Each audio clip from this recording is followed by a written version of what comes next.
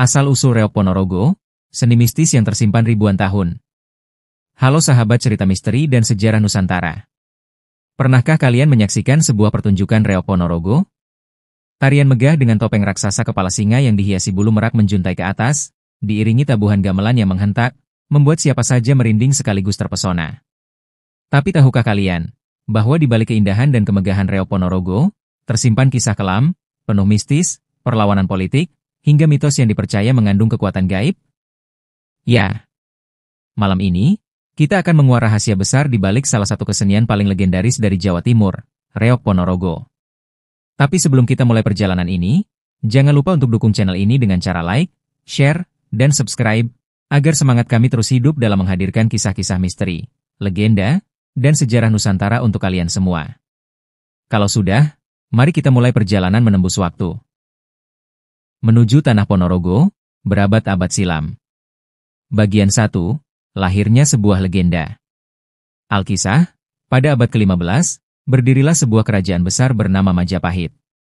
Saat itu, Majapahit berada di masa keemasan sekaligus keruntuhan. Kekuasaan mulai melemah, perebutan tahta terjadi, dan banyak daerah di Jawa mulai bangkit dengan identitasnya masing-masing. Di tengah kondisi itulah, seorang adipati dari daerah kecil bernama Kediri atau disebut juga Ponorogo muncul. Ia dikenal dengan nama Ki Ageng Kutu.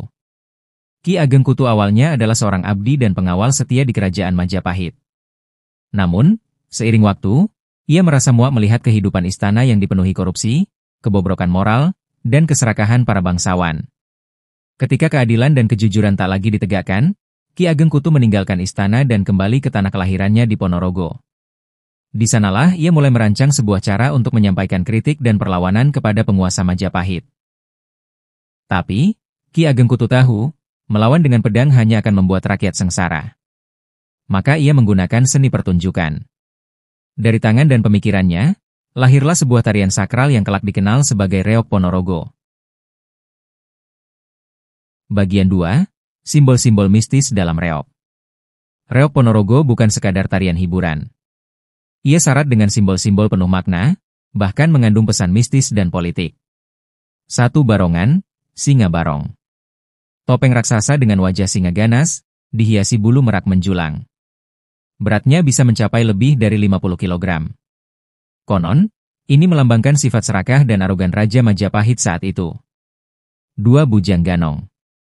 Sosok badut jenaka, penuh kelincahan, yang sebenarnya menyimbolkan kecerdikan rakyat kecil yang mampu mengalahkan keserakahan penguasa. 3. Jathil.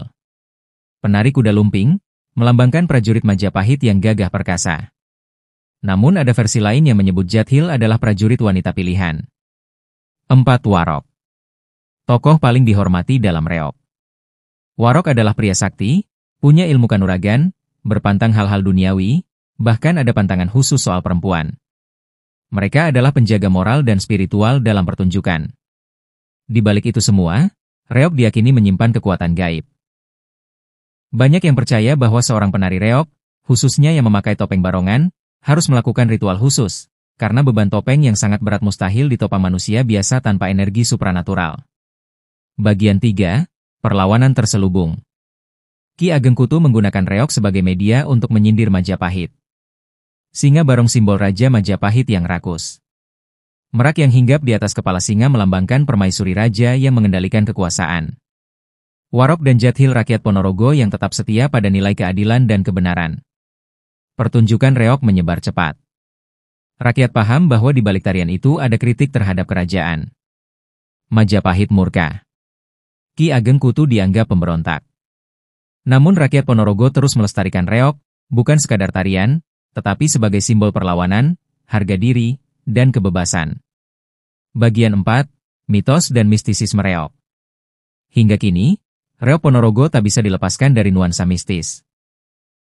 Konon, topeng barongan yang beratnya mencapai puluhan kilogram, bisa diangkat dengan gigi hanya setelah melalui ritual puasa, tirakat, dan doa tertentu.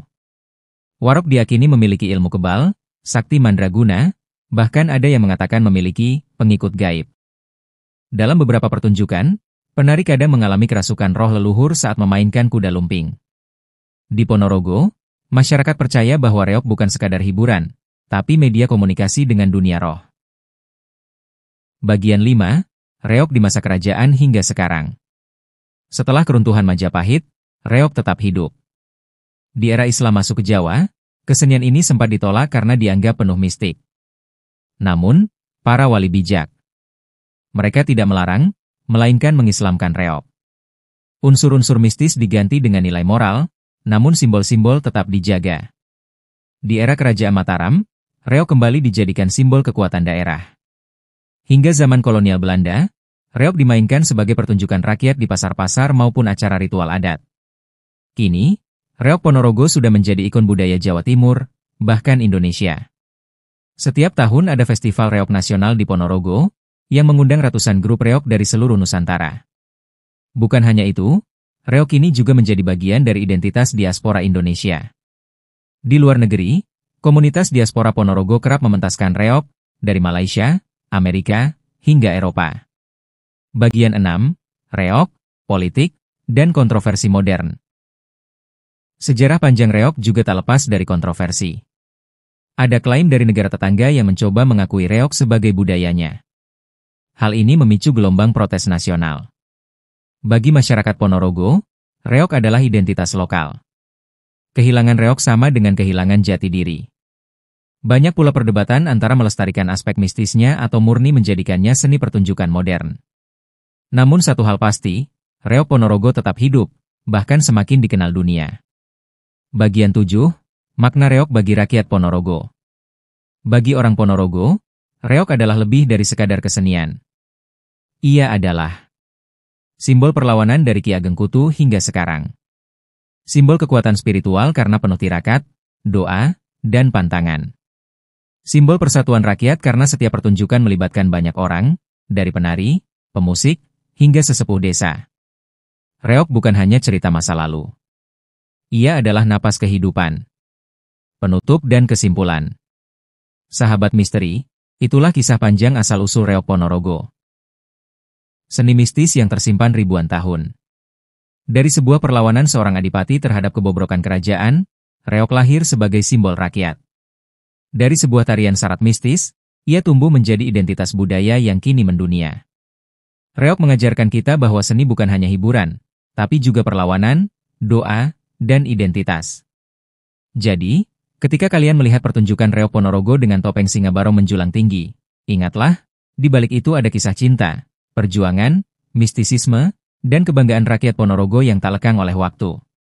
Kalau kalian bangga dengan budaya Indonesia, jangan lupa untuk like, komen, dan subscribe channel ini, agar semakin banyak orang yang tahu dan mencintai warisan nenek moyang kita. Sampai jumpa di cerita misteri dan legenda Nusantara berikutnya.